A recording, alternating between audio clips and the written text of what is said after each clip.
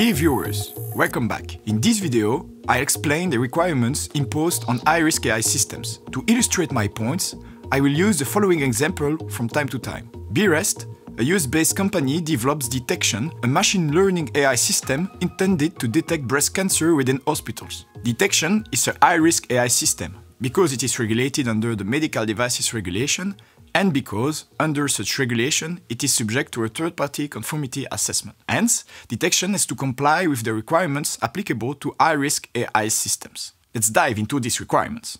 The measures taken must ensure that the remaining risks are acceptable. They can include design and development operations, as well as provision of information and training to deployers. Such measures must consider deployers' technical knowledge, experience, education, and the context in which the AI systems will be used. Providers must also ensure that high-risk systems undergo testing, including in real-world conditions, to ensure consistent performance and compliance with regulatory requirements. Risk management strategies must be continuously adapted. One possibility is, for instance, to use a PDCA for Plan, Do, Check, Act approach. Taking the example of detection, it should be tested, including in real-world conditions, to assess the risks it poses. The risks must be documented and evaluated considering the purposes of the system to detect breast cancer within hospitals, but also foreseeable misuse, for instance, to use of detection by insurance companies to determine insurance premiums.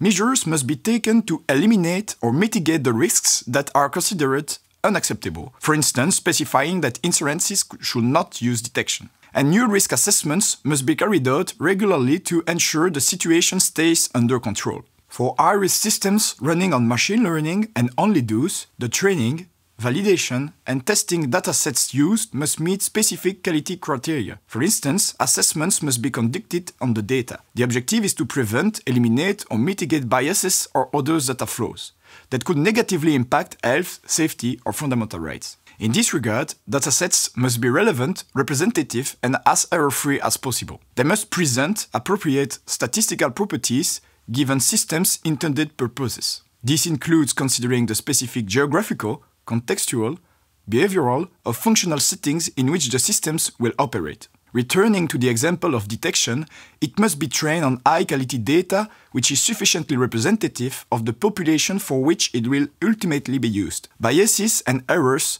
must be avoided or mitigated in all datasets used, that is to say, those used for training, testing, and validation. The levels of accuracy, robustness, and cybersecurity to be achieved by the systems must be appropriate to their intended purposes. Concretely, it means that they should be resilient to errors, faults, and unauthorized alterations. Technical and organizational measures must be in place to ensure this, including redundancy solutions and safeguards against biased outputs and cybersecurity threats. Besides, the accuracy and robustness levels must be clearly stated in the system's instructions for use. Transparency is a key element. One example is the obligation to draft technical documentation regarding high-risk systems. Such documentation must be kept up to date all along systems' life cycle and is intended to demonstrate compliance with the material requirements of the regulation. Documentation must contain at least the information requested under Annex 4. Considering our detection example, as it is also regulated under the Medical Devices Regulation, which also requires technical documentation, its provider, so BREST, is allowed to draft a single piece of documentation under both EU regulations. High-risk systems must also be designed and developed so as to ensure a level of transparency that enables the deployers to interpret systems' outputs. In the case of detection, hospitals would qualify as deployers and their physicians should be able to interpret the system's outputs. Another example of transparency under the regulation is the obligation to provide instructions for use. Risky systems must be accompanied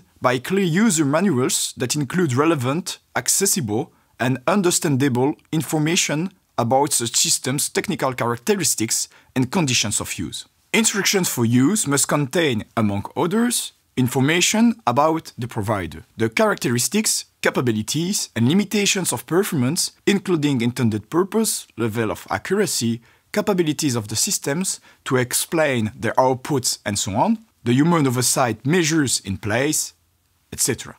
An essential requirement to keep humans in the loop is that of human oversight measures. They ensure that humans remain in control of risky AI systems. Oversight measures must match the risks, autonomy level, and usage context of the systems and include measures built in by the provider. In a nutshell, the systems must be provided in a way that enables human overseers, either deployers or providers, to understand the capabilities and limitations so as to address anomalies, remain aware of automation bias, correctly interpret outputs through interpretation tools or methods, for instance, explainable AI algorithms, and decide when to override or stop the system. Systems must be capable of recording logs, so data generated through operation of the systems for at least 6 months. The logs enable the recording of and investigation in situations that may result in the AI system presenting a risk and events relevant to post-market